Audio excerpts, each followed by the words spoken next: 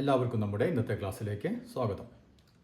നാം കഴിഞ്ഞ ക്ലാസ്സിൽ ഒരു മട്ടത്രികോണത്തിൽ, അതായത് ഒരു റൈറ്റ് ട്രയാങ്കിളിലെ ഈ വശങ്ങളിൽ വരയ്ക്കുന്ന സമചതുരങ്ങൾ അല്ലേ, വശങ്ങളിൽ നമ്മളിങ്ങനെ സമചതുരങ്ങൾ വരച്ചു കഴിഞ്ഞാൽ ഈ സമചതുരങ്ങൾ തമ്മിലുള്ള ബന്ധം എന്നാണ് പഠിച്ചത്. അതായത് ഈ ലംബവശങ്ങളിൽ വരയ്ക്കുന്ന ഈ സ്ക്വയറുകളുടെ പരപ്പളവ് അല്ലെ, പരപ്പളവിൻ്റെ തുക ഏതിന് തുല്യമായിരിക്കും? നാം ഈ ഹൈപ്പോട്ടിനസ്, അതായത് കർണത്തിൽ വരയ്ക്കുന്ന ഈ സമചതുരത്തിൻ്റെ ഏരിയയ്ക്ക് തുല്യമായിരിക്കും അല്ലേ. അതായത് ഈ ഏരിയയും ഇവിടെ വരയ്ക്കുന്ന സ്ക്വയറിൻ്റെ ഏരിയയും കൂടി കൂട്ടിക്കഴിഞ്ഞാൽ എന്ത് കിട്ടും? ഇവിടെ വരയ്ക്കുന്ന സ്ക്വയറിൻ്റെ ഏരിയ നമുക്ക് കിട്ടും. ഇതാണ് നാം കഴിഞ്ഞ ക്ലാസ്സിൽ പഠിച്ചത്. അപ്പോൾ അത് കണ്ടുപിടിച്ച ശാസ്ത്രജ്ഞനാരാണ്? പൈത്തഗോറസ് ആണ്. അതുകൊണ്ട് നമ്മൾ ഇതിന് പറയും പൈത്തഗോറസ് തിയറം, പൈത്തഗോറസ് സിദ്ധാന്തം എന്ന് പറയും അല്ലേ.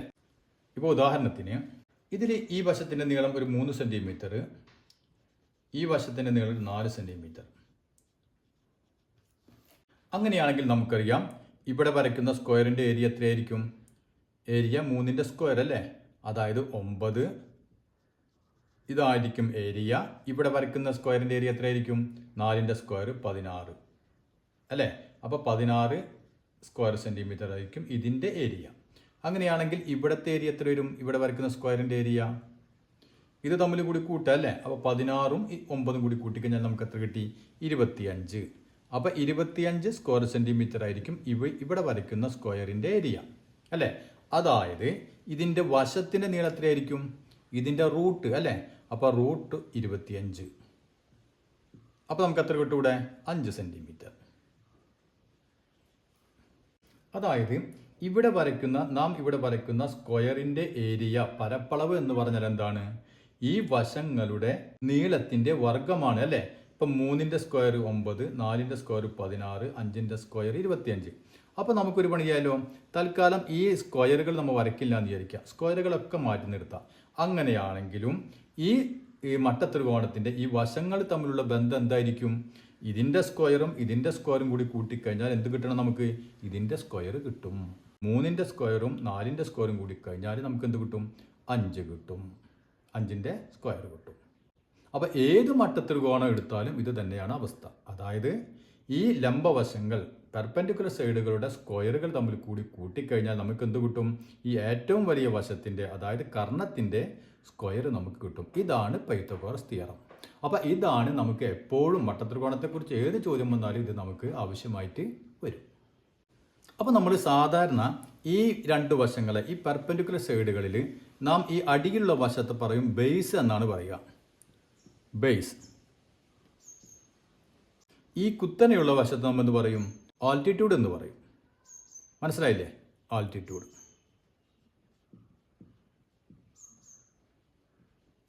അതായത് ബേസ് എന്ന് പറഞ്ഞാൽ മലയാളത്തിൽ പാദം, ഈ വശത്തെ ലംബം. അപ്പം നമുക്ക് എന്തെന്ന് പറയാം? ഇതിൻ്റെ സ്ക്വയർ അല്ലേ, അതായത് ഈ ബേസിൻ്റെ സ്ക്വയർ, അതിൻ്റെ കൂടെ ഈ സ്ക്വയർ കൂടി കൂട്ടിക്കഴിഞ്ഞാൽ പ്ലസ് ആൾട്ടിറ്റ്യൂഡിൻ്റെ സ്ക്വയർ കൂടി കൂട്ടിയാൽ നമുക്ക് എന്ത് കിട്ടും? ഏതിൻ്റെ സ്ക്വയർ കിട്ടണം? ഇത് നമ്മൾ പഠിച്ചതാണ് അല്ലേ. നമ്മൾ കഴിഞ്ഞ ക്ലാസ്സിൽ പറഞ്ഞു ഇതിൻ്റെ പേരെന്താണ്? ഹൈപ്പോട്ടിനസ് അല്ലേ, അതായത് കർണം. അതായത്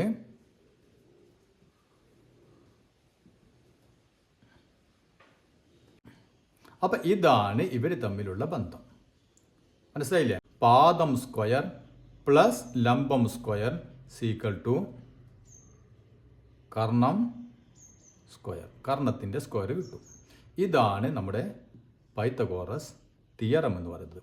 അപ്പോൾ നിങ്ങൾക്ക് ഇപ്പോൾ ഈ പാദം ലംബം ഒന്നും പഠിക്കേണ്ട, അത് നിങ്ങൾക്ക് പിന്നീട് പഠിക്കും. നമ്മളിനി എന്താ പറയുക? ഈ പെർപെൻഡിക്കുലർ വശങ്ങൾ അല്ലെങ്കിൽ ലംബവശങ്ങൾ എന്നാൽ ഇപ്പോൾ പറയുള്ളൂ. മനസ്സിലായില്ലേ? അപ്പോൾ ഇത് ഞാനൊന്ന് പറഞ്ഞു വെച്ചു എന്ന് മാത്രം. അപ്പോൾ ഇതിൻ്റെ സ്ക്വയറും കൂടി കൂട്ടിക്കഴിഞ്ഞാൽ ഇത് കിട്ടും. അങ്ങനെയാണെങ്കിൽ ഇതിൻ്റെ സ്ക്വയറിൽ നിന്ന് ഇതിൻ്റെ സ്ക്വയർ മൈനസ് ചെയ്ത് കഴിഞ്ഞാൽ നമുക്ക് ഇതിൻ്റെ സ്ക്വയർ കിട്ടും അല്ലേ. അതല്ലെങ്കിൽ ഇതിൻ്റെ സ്ക്വയറിൽ നിന്ന് ഇതിൻ്റെ സ്ക്വയർ മൈനസ് ചെയ്ത് കഴിഞ്ഞാൽ നമുക്ക് ഈ സ്ക്വയർ കിട്ടും. അപ്പോൾ അത് ക്ലിയർ ആയില്ലേ? അപ്പോൾ നമുക്ക് ഒരു മട്ടത്രികോണത്തിലെ ഏതെങ്കിലും 2 വശങ്ങൾ തന്നു കഴിഞ്ഞാൽ നമുക്ക് മൂന്നാമത്തെ വശം ഇത് ഉപയോഗിച്ചുകൊണ്ട്, പൈത്തഗോറസ് തിയറം ഉപയോഗിച്ചുകൊണ്ട് നമുക്ക് കണ്ടുപിടിക്കാൻ പറ്റും.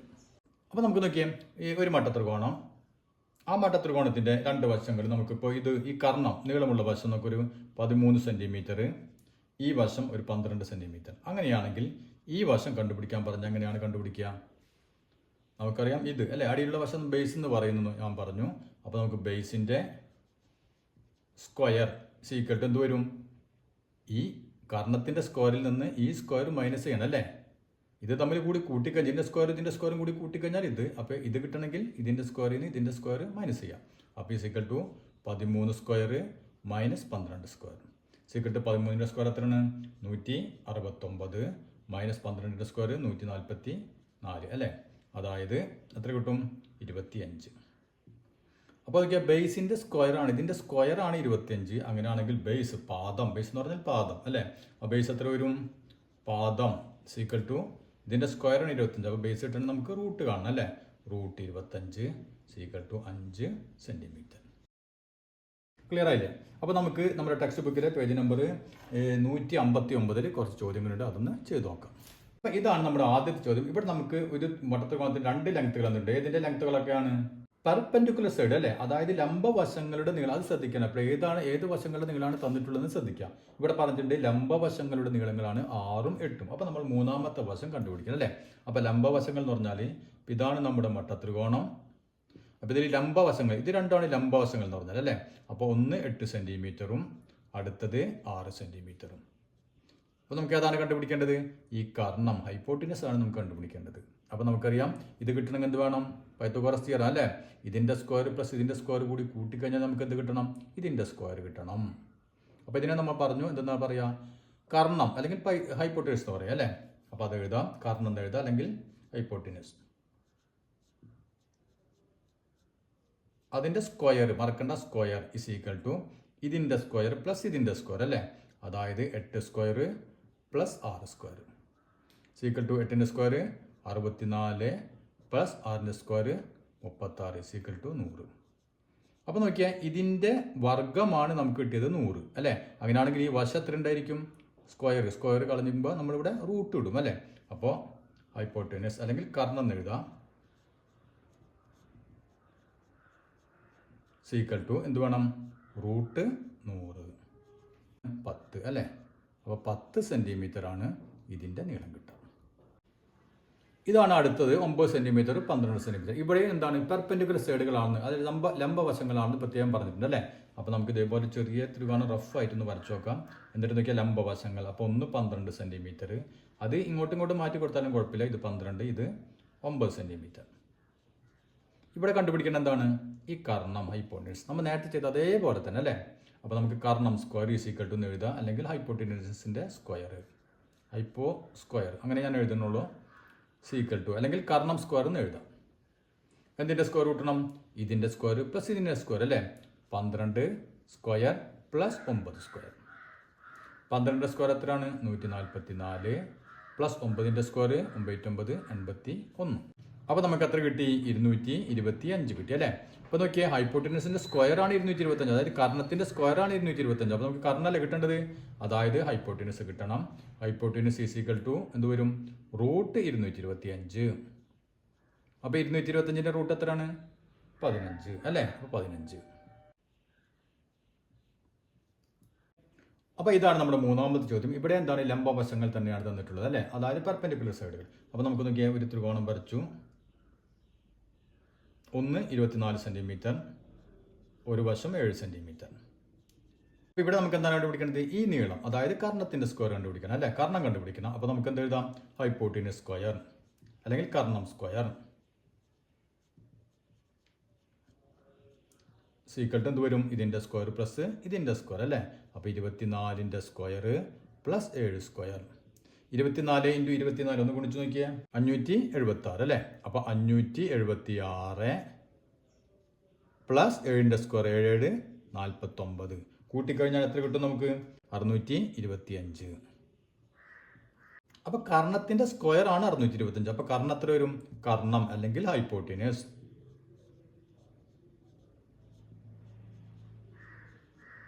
സീക്വൽ ടു ഇതിൻ്റെ റൂട്ട് കാണണം അല്ലേ, റൂട്ട് 625 സീക്വൽ ടു. അപ്പോൾ എന്ത് ചെയ്യണം, നമ്മൾ റൂട്ട് കാണാൻ അറിയാലോ, അതേ രൂപത്തിൽ നമ്മൾ റൂട്ട് കണ്ടുപിടിക്കുക.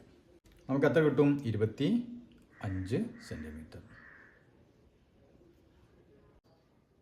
അപ്പോൾ ഇവിടെ 2 വശങ്ങൾ നീളം തന്നിട്ടുണ്ട്. 2 വശങ്ങൾ ഏതാണ്, പെർപെൻഡിക്കുലർ സൈഡുകളാണെന്ന് പറഞ്ഞിട്ടുണ്ട് അല്ലേ. അപ്പോൾ നമുക്ക് നോക്കിയാൽ നേരത്തെ ചെയ്ത അതേപോലെ തന്നെ വേറെ ഒരു വ്യത്യാസവും ഇല്ല. പെർപെൻഡിക്കുലർ സൈഡ് 1 48 കൊടുക്കുക, ഒരെണ്ണത്തിന് 14 കൊടുക്കുക. ഇനി നമുക്ക് ഇത് കണ്ടുപിടിക്കേണ്ടത് ഈ വശം കണ്ടുപിടിക്കണം അല്ലേ. അപ്പോൾ നേരത്തെ ചെയ്ത അതേ വേറെ ഒരു വ്യത്യാസവും ഇല്ല. ഹൈപ്പോട്ടീനിയസ് കർണം സ്ക്വയർ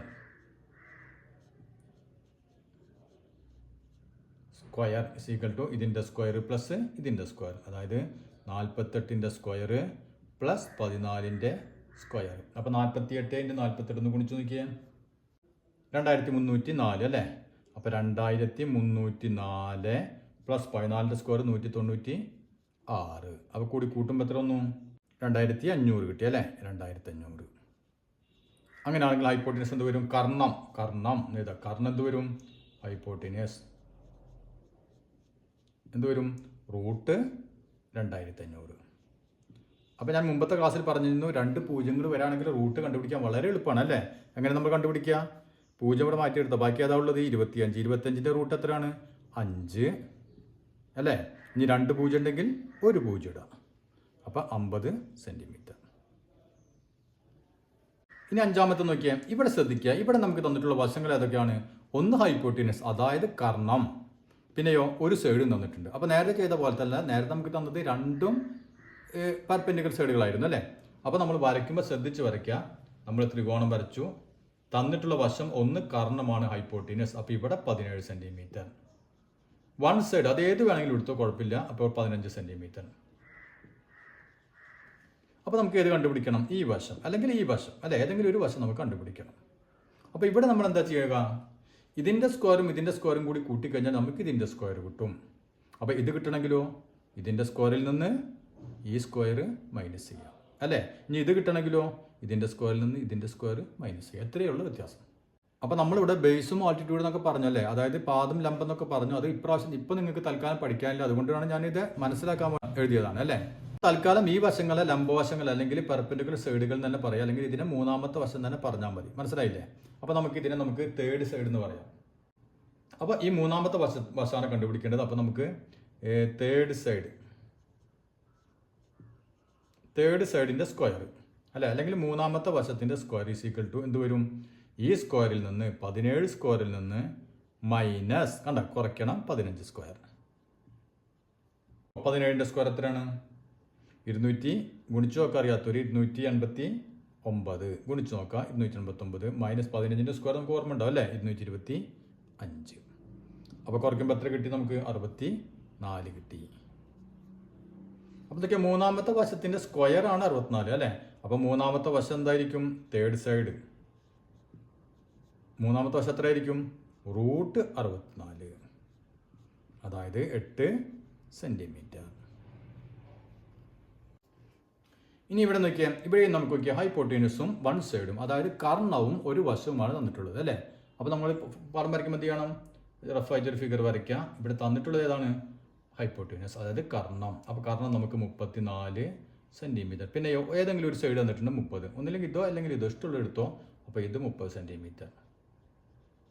ഈ വശം കാണണം അല്ലേ, മൂന്നാമത്തെ സൈഡ് കാണണം. അപ്പോൾ ഇതിൻ്റെ സ്ക്വയർ നമ്മൾ നേരെ ചെയ്ത് അതേപോലെ തന്നെ തേർഡ് സൈഡ് അല്ലേ. അപ്പോൾ തേർഡ് സൈഡിൻ്റെ സ്ക്വയർ അല്ലേ ഈ സീക്വൽ എന്ത് വരും?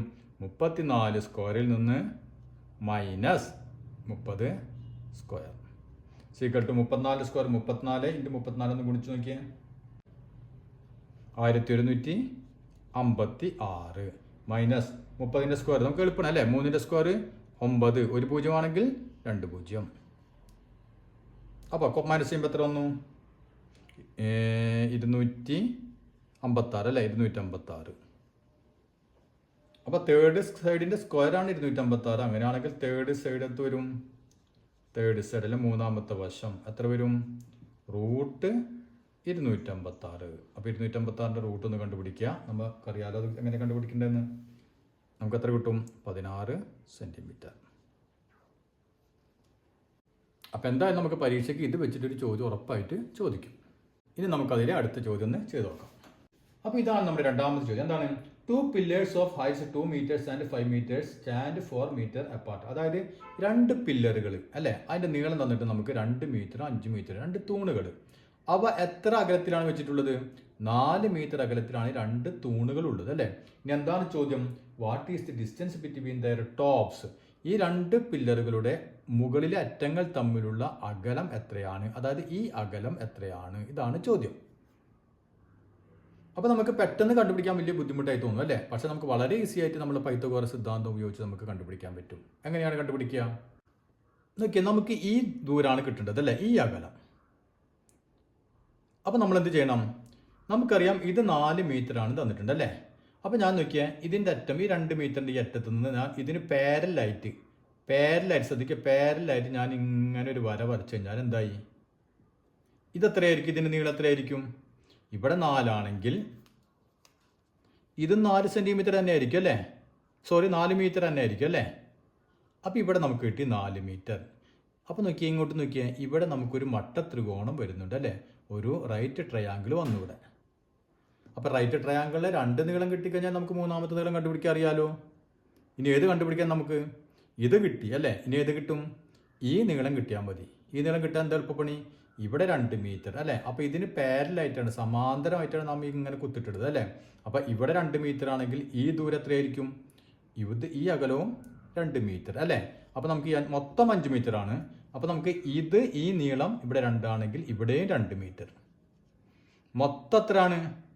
5 മീറ്റർ അല്ലേ. അപ്പോൾ ഇവിടെ 2 മീറ്റർ ആണെങ്കിൽ ബാക്കി ഈ ഭാഗം എത്രയായിരിക്കും?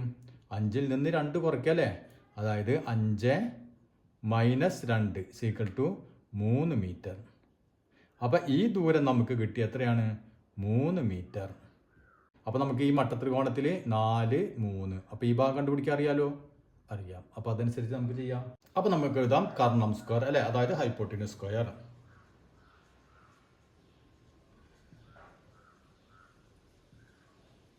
സീക്വൽ എന്ത് വരും? 4 സ്ക്വയർ പ്ലസ് 3 സ്ക്വയർ അല്ലേ. 4 square plus 3 square equal to 4ൻ്റെ സ്ക്വയർ 16 പ്ലസ് 3ൻ്റെ സ്ക്വയർ 9 കൂട്ടുമ്പോൾ 25. അങ്ങനെയാണെങ്കിൽ ഹൈപ്പോട്ടിനസ് എത്ര വരും? ഹൈപ്പോട്ടിനസ് അല്ലെങ്കിൽ കർണം is equal to √25 equal to 5 metre. അപ്പോൾ ഇതാ distance between the tops is equal to 5 metre എന്ന് എഴുതി വെക്കുക. ഇനി നമുക്ക് അടുത്ത ചോദ്യം ചെയ്യാം. ഇതാണ് നമ്മുടെ മൂന്നാമത്തെ ചോദ്യം അല്ലേ. ഇവിടെ എന്താണ് ചോദിച്ചിട്ടുള്ളത്? Find the length of the bottom side of the triangle drone below. അതായത് ഇവിടെയുള്ള ഈ ത്രികോണം, ഈ വലിയ ത്രികോണത്തിന്റെ ഈ ബോട്ടം സൈഡ്, ഈ നീളം, ഇവിടുത്തെ നീളം എത്രയായിരിക്കും എന്നാണ് ചോദ്യം. ഇപ്പോൾ ഈ ഫിഗറിൽ നോക്കിയാൽ ഇവിടെ നമുക്കൊരു ഇത് തന്നിട്ടുണ്ട് അല്ലേ. അതായത് ഇത് 90 ഡിഗ്രി ആണെന്നൊരു സൂചന നമുക്ക് ഇവിടെ തന്നിട്ടുണ്ട്. അപ്പോൾ അതിൻ്റെ അർത്ഥം എന്താണ്? ഇത് 90 ഡിഗ്രി ആണ്. അപ്പോൾ ഇത് 90 ആണെങ്കിൽ ഈ ട്രയാങ്കിൾ എന്തായിരിക്കും? 90 ഡിഗ്രി ആയിരിക്കും അല്ലേ. ഇനി നമുക്ക് തന്നിട്ടുള്ള വശങ്ങൾ നോക്കിയാൽ ഇത് 13 സെൻറ്റിമീറ്റർ, ഇതും 13 സെൻറ്റിമീറ്റർ അല്ലേ.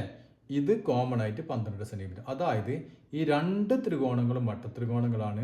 ഈ 2 ത്രികോണങ്ങളുടെയും അളവുകൾ എന്താണ്? തുല്യമാണ് അല്ലേ. അപ്പോൾ ഇതിൻ്റെ ഈ ചെറിയ മട്ടത്രികോണത്തിൻ്റെ കർണം 13, ഇതിൻ്റെ കർണവും 13 അല്ലേ. ഇതിൻ്റെ ഈ സൈഡ് എത്രയാണ്? 2ൻ്റെയും 12. അപ്പോൾ 2 മട്ടത്രികോണങ്ങളാണ്. അതായത് ഈ വശവും ഈ വശവും അപ്പോൾ എന്തായിരിക്കും? ഈക്വൽ ആയിരിക്കും അല്ലേ. ഒരെണ്ണം കണ്ടുപിടിച്ച് കഴിഞ്ഞാൽ നമുക്ക് എന്ത് ചെയ്യാം? അതിന് 2 കൊണ്ട് ഗുണിച്ച് കഴിഞ്ഞാൽ ഇതിൻ്റെ നീളവും കിട്ടും. അപ്പോൾ നമുക്ക് ടോട്ടൽ നീളം കണ്ടുപിടിക്കാൻ പറ്റും. അപ്പോൾ നമുക്ക് ഒരു പണി ചെയ്യാം. ആദ്യം ഈ ചെറിയൊരു ത്രികോണം എടുക്കാം. ചെറിയ ത്രികോണം എടുത്തിട്ട് ഇതിൽ നമുക്ക് ഈ അടിഭാഗം, അതായത് നമുക്ക് ഈ ബോട്ടം സൈഡ് ഒന്ന് കണ്ടുപിടിക്കാം. മനസ്സിലായില്ലേ? അപ്പോൾ ആദ്യം നമുക്ക് എന്ത് ചെയ്യാം? സ്മോൾ ട്രയാങ്കിൾ എടുക്കാം.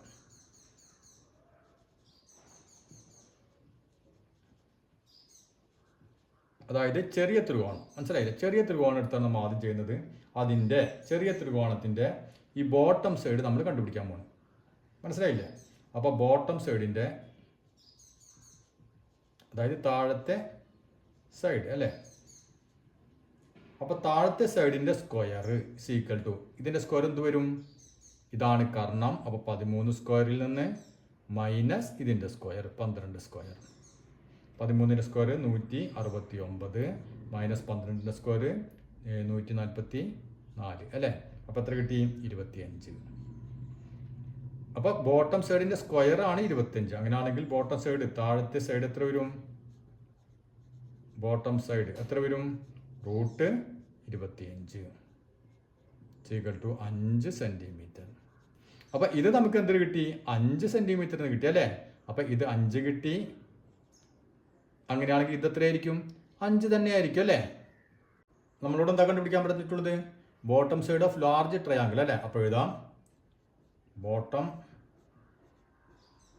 Side of large triangle,